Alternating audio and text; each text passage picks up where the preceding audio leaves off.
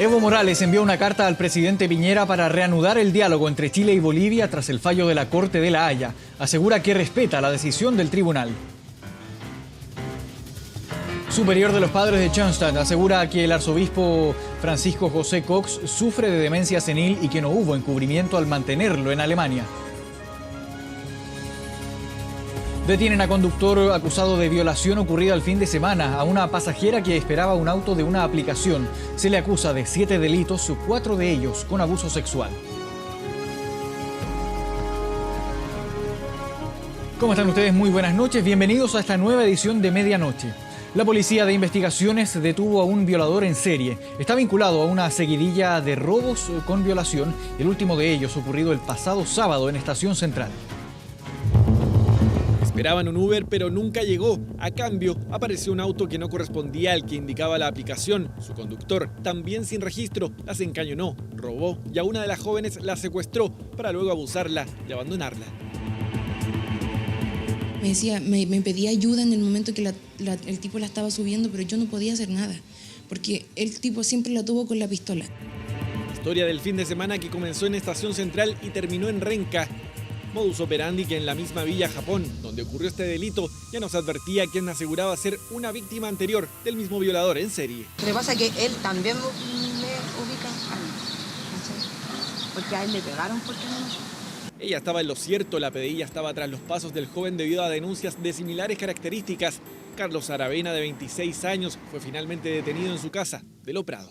Esta investigación se enmarca en una investigación de un delincuente que se caracteriza por ser un agresor sexual serial, donde siempre sus víctimas son mujeres y donde siempre en los casos, salvo en 2 de estos donde las víctimas logran darse a la fuga, esta persona ejecuta acciones sexuales en contra de las mismas. Exactamente a lo que ocurrió con estas jóvenes en Estación Central. Lo que más llamó la atención de ellas ese día, que nunca llegara el Uber, de acuerdo a la información que entregaba la aplicación. Y sí, el agresor sexual. Tú me decías que este vehículo que llega con este tipo que se lleva a tu amiga, no tiene ninguna relación con el Uber que pide. No, nada de relación, inclusive no tenía nada de nada, o sea, ni siquiera patente ni nada. Sin embargo, las investigaciones que datan desde el mes de abril dicen otra cosa. Dentro del proceso investigativo nosotros hemos determinado que sí se habría hecho pasar como conductor de Uber. Utilizó 2 vehículos durante todo el tiempo que fue materia de la investigación. Uno de estos también lo cambió de color para no ser detectado. Desde Uber aseguraron tras una investigación preliminar no tener ningún socio conductor que haya realizado viajes en esa zona de Estación Central bajo las características en que ocurrieron los delitos. Por lo mismo, ya se están pidiendo los respaldos a la empresa en Holanda para verificar si Carlos Aravena existe en los registros de Uber. El acusado, que es casado y tiene un hijo de 1 año, fue formalizado y es investigado por 4 robos con violación, 2 con violencia y un robo con intimidación. Existen antecedentes que a lo menos durante la comisión de algunos de estos delitos él debía haber estado cumpliendo una medida cautelar de arresto domiciliario nocturno en una investigación que se llevaba en su contra por el delito de robo. En 4 meses se fijó el periodo para investigar, tiempo que Carlos Aravena pasará privado de libertad y donde el testimonio de cada una de las 7 víctimas de las violaciones será vital. Seguimos con noticias policiales. Una niña de 12 años murió tras caer desde un piso 20 en la comuna de Independencia. Joaquín Aravena nos cuenta en vivo los detalles de esta lamentable información. Joaquín, buenas noches. Hola, buenas noches, Marco. Así es, una triste historia, una triste noticia que supimos en horas de esta tarde que ocurrió ahí en un condominio de departamentos ubicado en la calle Hipódromo Chile, en la comuna de Independencia, sector norte de la región metropolitana, y tiene que ver con el triste fallecimiento de una niña de solo 12 años de nacionalidad venezolana. Se encontraba jugando junto a su pequeña hermana de 7 en uno de los balcones justamente de este lugar. En realidad no está claro porque hay versiones que dicen que estaban jugando, otros que dicen que puede haber sido algo accidental. La verdad es que se está investigando por parte de la Fiscalía Centro Norte. Hay varias versiones y se tienen que asumir y confirmar de algún modo con mucha responsabilidad respecto a lo que ha ocurrido en este caso. Lo cierto es que los padres posteriormente fueron informados de esta situación. Llegó el padre y por supuesto la conmoción estalló en todo el vecindario y por supuesto en todo el núcleo íntimo de esta pequeña de solo 12 años. Un barrio muy golpeado por esta noticia, donde mayoritariamente viven inmigrantes y esta familia venezolana que llegó a Chile en busca de sueños se ve lamentablemente envuelta en esta tragedia, como nos comentaban muchos de los testigos de toda esta situación con los que pudimos conversar durante esta tarde ahí en la comuna de Independencia. Pasemos a escuchar lo que nos dijo la fiscal de manera bien escueta, alguna testigo vecina también de este lugar, sobre toda esta tragedia que lamentablemente ahora se tiene que investigar y dilucidar. Estábamos en el edificio del frente cuando escuchamos pues las sirenas y todo eso y dijimos, wow, ¿qué pasó? Cuando bajamos vimos que estaban reanimando una niña, pero no pudieron hacer nada. Se está investigando, esta es la pérdida de la vida de una niñita de 12 años que se precipitó desde un 20º piso y se están estableciendo las razones de un accidente de esta naturaleza. Bien, y ahora nos trasladamos hasta la comuna de Cerro Navia y la calle Chamisca. Hasta hace pocos minutos continuaba trabajando en ese lugar la Policía de Investigaciones, la Brigada de Homicidios Metropolitana, para tratar de esclarecer el fallecimiento de un hombre, un mecánico que estaba trabajando en el exterior de un domicilio que estamos viendo ahí en este minuto en pantalla. Estaba arreglándole la motocicleta a una persona que había solicitado su servicio y por razones que están siendo investigadas, un hombre de alrededor de 25 o 30 años a bordo de una bicicleta llegó para increparlo, para enfrentarlo con un arma de fuego, lo que sería una especie de escopeta, no se sabe bien si hechiza o de otras características. Lo cierto es que este hombre, este mecánico, trata de alguna forma de evadir la acción de este joven, intenta ingresar al domicilio, sin embargo, cuando ya iba ingresando por la espalda le llega un disparo que le provoca posteriormente la muerte al ser trasladado a un consultorio ahí cercano a la calle Chamisca en la comuna de Cerro Navia. Del autor de este disparo nada se sabe hasta este minuto, tampoco menos las razones que tuvo para dispararle por la espalda a este hombre identificado, digo, como Emilio Alejandro Quiñones Villalobos, quien era casado, tenía hijos de 10 y 15 años. La verdad es que es una tragedia para toda su familia, muy sorprendidos todos. El testigo de esta situación, quien está recibiendo los servicios de este hombre cuando le arreglaba la motocicleta, no quiso hablar por miedo a represalias, pero sí está dando, por supuesto, la versión y todos los antecedentes que pueda tener respecto a las características del autor de este disparo a la Brigada de Homicidios Metropolitana de la Policía de Investigaciones. Pasemos a escuchar lo que nos dijo justamente la Brigada de Homicidios hace solo algunos minutos. El hecho ocurre en circunstancias que la víctima se encontraba arreglando motocicletas, llega un sujeto en una bicicleta premunido con un arma de fuego y le dispara en una ocasión en el tórax posterior. ¿El arma se ha podido identificar, hechiza? Al momento sería una escopeta o un arma hechiza del mismo tipo. Así es, una escopeta que no ha sido encontrada hasta este minuto, menos tampoco el autor de este disparo mortal que ya ha instruido la Fiscalía Centro Norte. Se agilicen las diligencias por parte de la Brigada de Homicidios de la PDI para dar con su paradero, Marco. Bien, Joaquín Aravena, muchas gracias por ese informe. Buenas noches. Que estés bien, buenas noches. Una descomunal pelea se registró en el CESFAM de Renca que dejó a 7 funcionarios heridos. Todo comenzó con una discusión de 2 hombres con el chofer de una micro que fue subiendo de tono hasta llegar a los golpes. Uno de ellos quedó con heridas en una mano y por lo mismo llegaron hasta el recinto asistencial para ser atendidos de urgencia, momento en que los funcionarios les pidieron aguardar su turno. Fue esa espera la que generó el enojo de los hombres a tal punto que comenzaron a romper ventanas y provocar desórdenes. Trabajadores del CESFAM, como vemos en pantalla, intentaron intervenir, pero 7 fueron golpeados, incluyendo el director de este recinto. Este miércoles, autoridades van a presentar una querella criminal por lo ocurrido.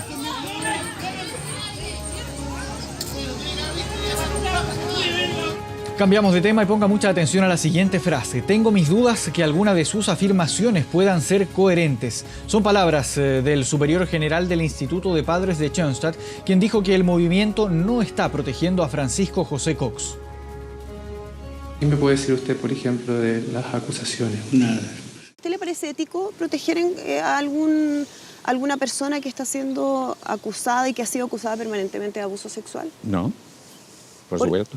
¿Su movimiento lo está haciendo en estos momentos? No están protegiendo, está simplemente de acuerdo a su situación haciendo lo que se puede hacer.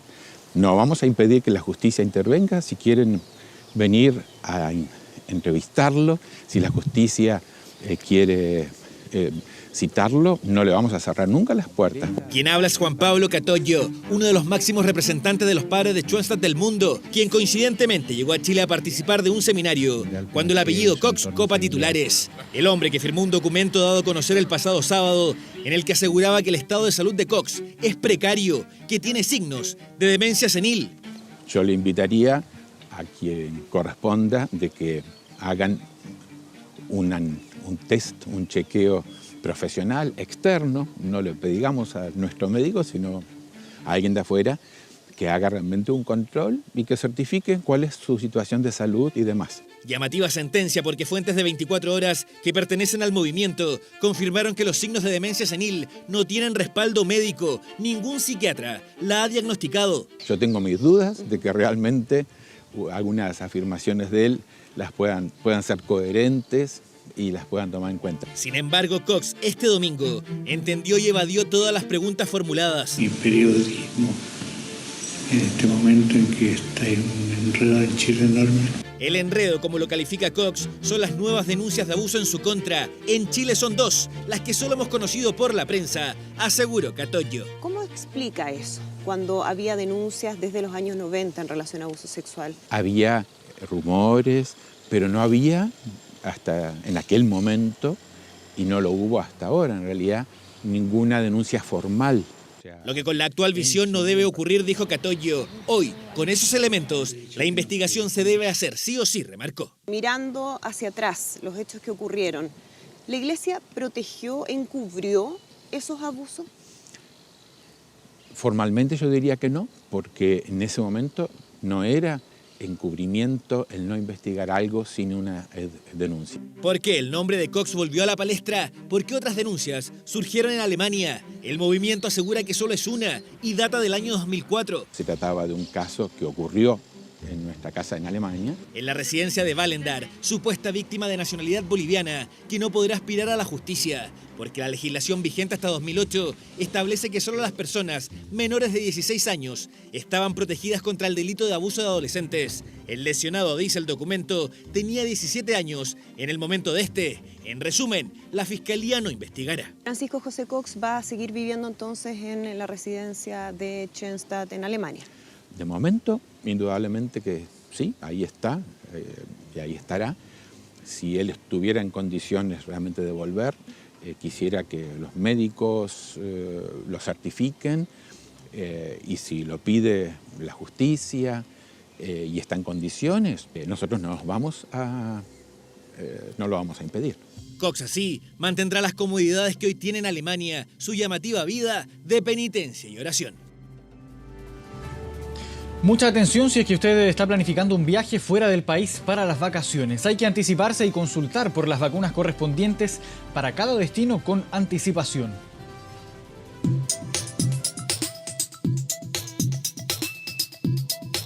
Con solo un clic, muchos están planificando sus futuras vacaciones, playas y destinos a precios atractivos, pero ojo que no solo hay que preparar la maleta. La idea es descansar y no volver a ver estas imágenes producto de la falta de stock para inmunizarse ante la fiebre amarilla. Por eso, a la hora de obtener el ticket aéreo, hay que pensar también en las vacunas y así no empezar las vacaciones con filas y más filas. El MinSal no tiene vacunas, no tiene disposición de vacunas en los consultorios. La vacuna de la fiebre amarilla está preferentemente en los lugares privados. Y basta una sola dosis de vacuna de fiebre amarilla para que las personas queden inmunes para siempre. Tenemos un stock inestable y limitado. Este va a seguir los próximos meses. Entonces, para gente comprando o planificando un viaje a Brasil o otra zona de riesgo, es recomendable buscar la vacuna con anticipación.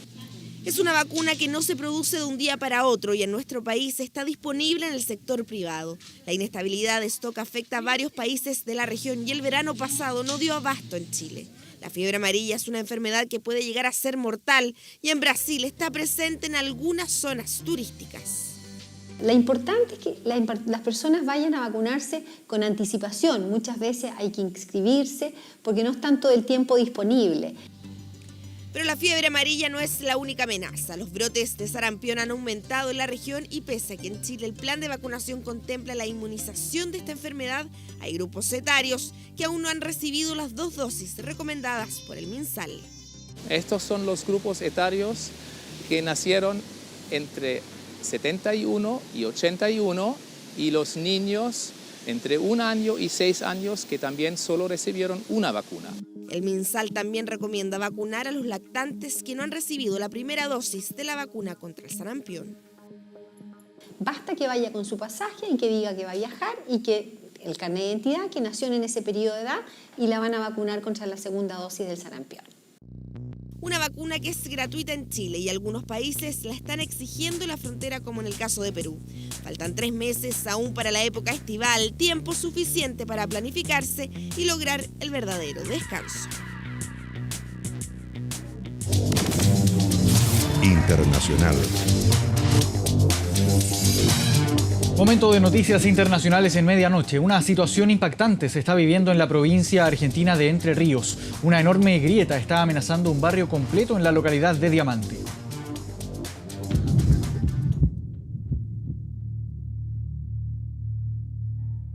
El derrumbe sería inminente. La grieta que amenaza a la localidad de Diamante en Entre Ríos mide 130 metros de largo y tiene 40 metros de profundidad. Mira acá, ahí, como el agua. Mira.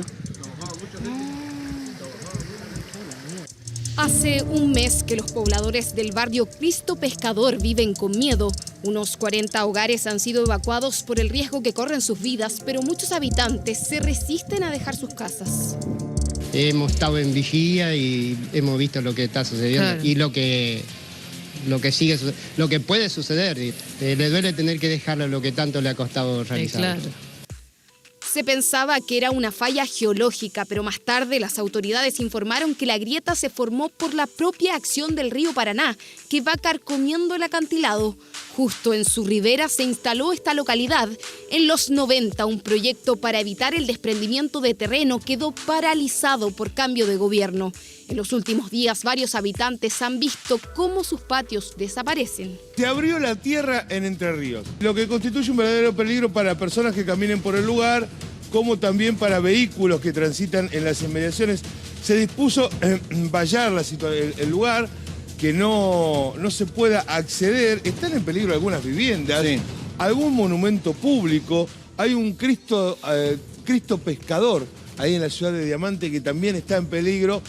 Con esta enorme grieta, la localidad de Diamante revive un drama que los golpeó en los 70, cuando por razones similares desapareció toda la zona ribereña llevándose varios edificios, entre ellos la escuela, la prefectura, hoteles y una planta de aceite. Por ahora las autoridades declararon emergencia habitacional, mientras políticos oficialistas y de oposición se acusan mutuamente por la falta de obras de infraestructura que habrían evitado el derrumbe, que ahora es inminente.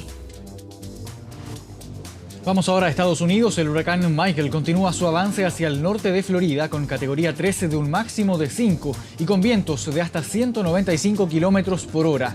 Desde el Centro Nacional de Huracanes de Estados Unidos manifestaron que el fenómeno aumentará su intensidad en el momento en que toque tierra este miércoles. Además del peligro de los fuertes vientos y lluvias, los meteorólogos advirtieron que las marejadas podrían subir el nivel del mar hasta en 4 metros en la franja noroeste de Florida. Por su parte, el gobernador de ese estado declaró estado de emergencia en 35 condados. Todas las áreas costeras están bajo orden de evacuación obligatoria y 2.500 guardias nacionales fueron desplegados en la zona para responder a esta amenaza. Se espera que el huracán Michael toque tierra en la región de Panhandle, donde no ha habido un gran huracán desde Dennis en el año 2005. Vamos a otras noticias. A poco más de una semana del contundente fallo de La Haya y mediante una carta, el presidente de Bolivia, Evo Morales, invitó a nuestro país a reanudar el diálogo bilateral. También dijo respetar la resolución del tribunal.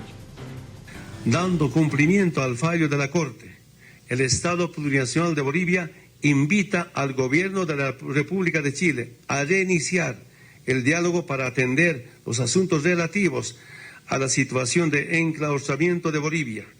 Manifestó su respeto por la decisión de la Corte, sin embargo no se rindió. Mediante una misiva, el mandatario boliviano solicitó al presidente Piñera que se reiniciara el diálogo sobre la demanda marítima. Según Evo Morales, la sentencia no habría solucionado temas pendientes entre ambas naciones. En la misiva, el gobernante de Bolivia acató la decisión tomada por la Corte, pero justificó su solicitud citando un segmento específico del fallo. Es un artículo el que expresa que la conclusión de la Corte no es un impedimento para que las partes continúen su diálogo más allá del ámbito jurídico para llegar a una solución. Quiero decirles, hermanas y hermanos, esta carta de manera diplomática enviando al presidente de Chile para reiniciar el diálogo, como dice el fallo de la Corte Internacional de Justicia. Atender los asuntos relativos a la situación de enclaustramiento de Bolivia y consolidar negociaciones significativas son algunas de las intenciones que manifestó Morales mediante la carta que fue leída en una conferencia de prensa desde la Casa Grande del Pueblo. En consecuencia, el gobierno de Bolivia expresa su respeto por la reciente decisión de la Corte Internacional de Justicia en el citado caso. Se espera que en las próximas horas la Cancillería Nacional se refiera a esta invitación, respuesta que será clave para las relaciones futuras con el país vecino. Y en España, el presidente Sebastián Piñera salió a explicar el respaldo que dio al programa económico del candidato de la ultraderecha a la presidencia de Brasil, Jair Bolsonaro. Un apoyo que le significó críticas por no tomar en cuenta las cuestionadas frases del político brasileño. Es uno de los hombres más polémicos que ha postulado a la presidencia en Brasil durante los últimos años. Y es que su pasado como ex general del ejército, conservador y férreo defensor de controvertidas medidas como liberar el porte de armas, además de su cuestionable trato a las mujeres, provocaron que el presidente Sebastián Piñera se refiriera desde España al aplastante 46% que Jair Bolsonaro obtuvo en la primera vuelta presidencial. También le he escuchado su cosa homofóbica, su cierto lenguaje muy agresivo con las mujeres, por supuesto que sí. Opinión en la que el jefe de Estado evitó cuestionar directamente a Bolsonaro e incluso respaldó sus propuestas económicas. Sabemos poco de él, pero sí hemos conocido estos últimos días su mensaje en el terreno económico, que yo tiendo a pensar que es el mensaje correcto para un país como Brasil, que lleva años en recesión. Declaraciones que provocaron molestia en la delegación chilena. Dejó de lado el contexto de un candidato que, más allá de lo económico, es una persona que en todos los titulares de los diarios de Europa y del mundo es consignado como una persona ultraderechista, xenofóbico. Todo justo en el mismo día que el presidente Sebastián Piñera llegó hasta el Palacio de la Zarzuela para reunirse con el rey Felipe VI. Cita privada que se extendió por 35 minutos y en la que el mandatario le obsequió al rey una manta, platería mapuche y espuelas. Bromas tras las que el jefe del Estado chileno se trasladó al Palacio de la Moncloa, donde en medio de la declaración conjunta con Pedro Sánchez se respondió a las críticas después de considerar que el proyecto de Bolsonaro era correcto en materia económica. Pero por supuesto que hay frases que usted ha mencionado en materia de conductas homofóbicas o conductas poco respetuosas con las mujeres o poco comprometidas con la democracia, con las cuales yo definitivamente discrepo. Es de una enorme preocupación para el Gobierno de España, como lo es, lógicamente, el que se puedan trasladar una agenda que nada tenga que ver con principios, con valores que yo estoy convencido de que compartimos el conjunto de las sociedades, ¿no? Y es la igualdad de género, o valores que tienen que ver con la democracia. Gira del presidente Sebastián Piñera por Europa que continúa este miércoles en Alemania, cuando el mandatario se reúna con la canciller federal Angela Merkel para realizar una declaración conjunta. Desde España este fue el informe de Edison Mancilla en las imágenes y Cintia Rubio, 24 horas. Ya estamos de regreso en medianoche. En el Congreso se declaró inconstitucional el proyecto Aula Segura, una iniciativa que buscaba que los directores pudieran expulsar de inmediato a alumnos que participen de hechos de violencia grave.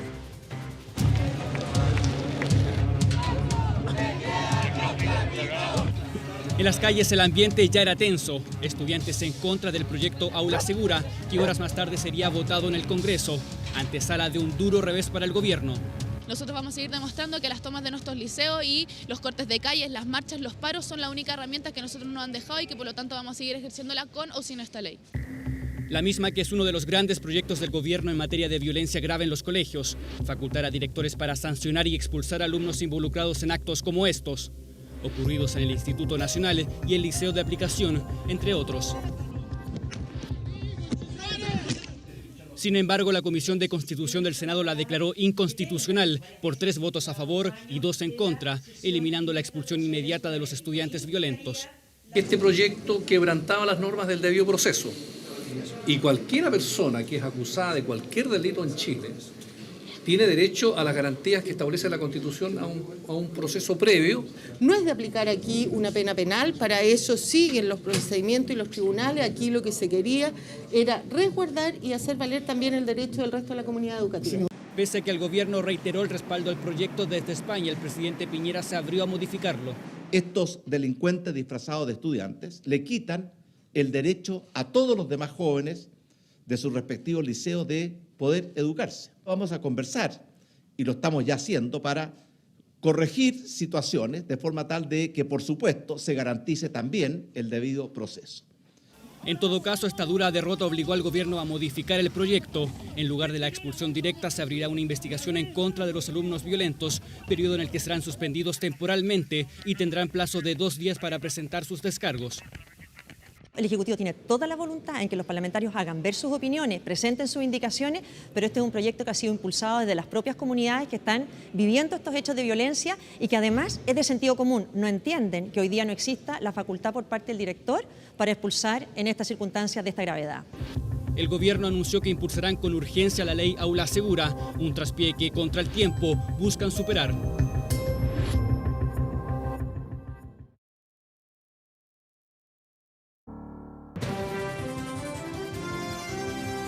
A esta hora tenemos una temperatura de 8,7 grados. Hoy miércoles Santiago estará nublado con una máxima de 21 grados. Ovalle también estará nublado con una máxima de 27 grados. 1:31, muchas gracias por su sintonía. Dejamos hasta acá esta edición de medianoche. Que tengan una excelente jornada.